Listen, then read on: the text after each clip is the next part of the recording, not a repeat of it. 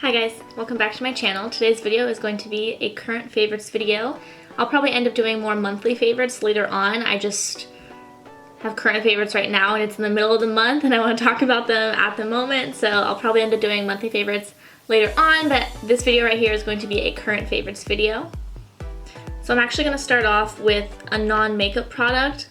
I got this a couple weeks ago and I didn't expect to love it so much, because I'm more of like a super florally, candy-like scent person.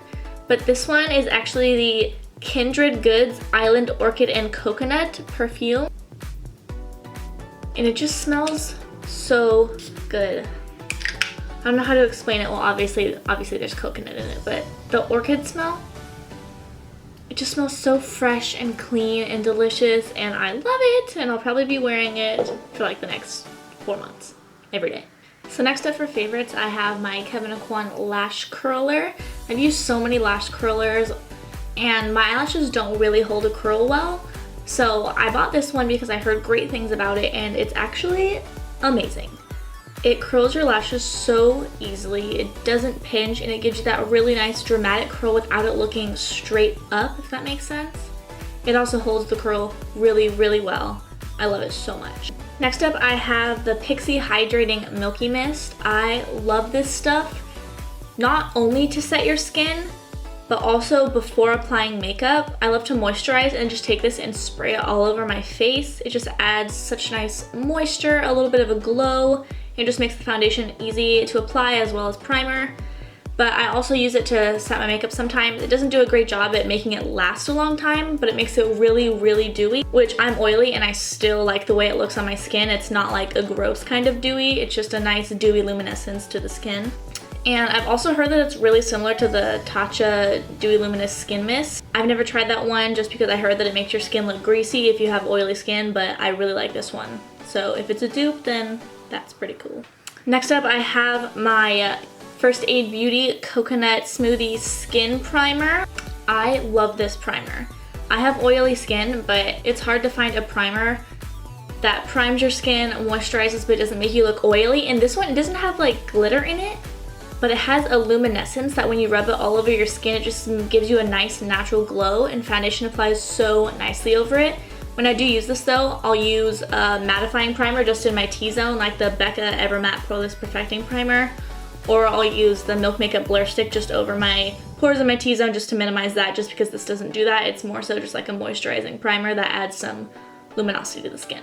Next up, I have the No. 7 Lift and Illuminate Foundation. Kathleen Lights actually raves about this all the time, so that's why I bought it, even though she has dry skin, I have oily skin. I feel like I'm recommending a lot of things for dry skin, not oily skin, but I have oily skin and all of these things work for me.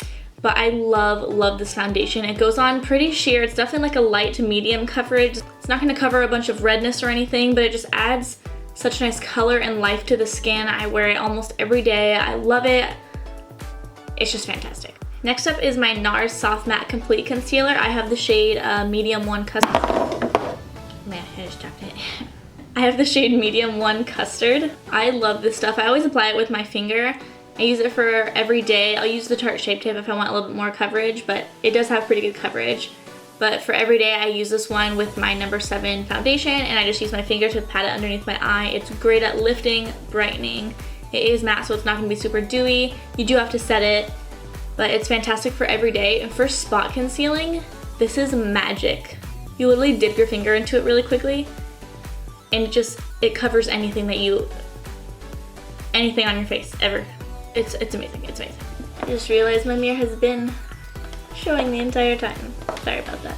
So next up is something that I've had for a really long time, but I recently just rediscovered it just because spring and summer kind of brings a more natural, glowy vibe to the skin. So I've been using more cream products, and I just recently pulled this out of my drawers. It is the Nars Matte Multiple Stick in the shade Altai.